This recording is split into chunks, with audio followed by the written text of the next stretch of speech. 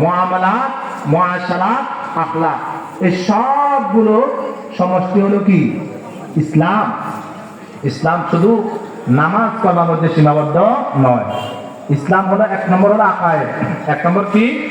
আকায়েদ। আকীদা আমাদেরকে দুরুস্ত রাখতে হবে। আকীদা আমাদেরকে কি করতে হবে? দুরুস্ত রাখতে হবে, বিশ্বাস।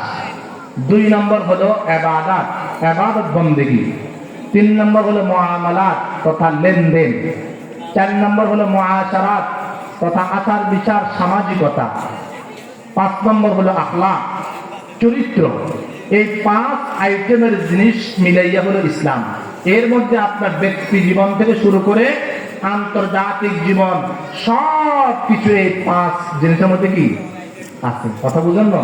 এটা যেন 5টা কি ইনবক্স, 5টা আপনার ইনবক্স, এর মধ্যে ইসলামের সব কিছু ঢুকে যাবে।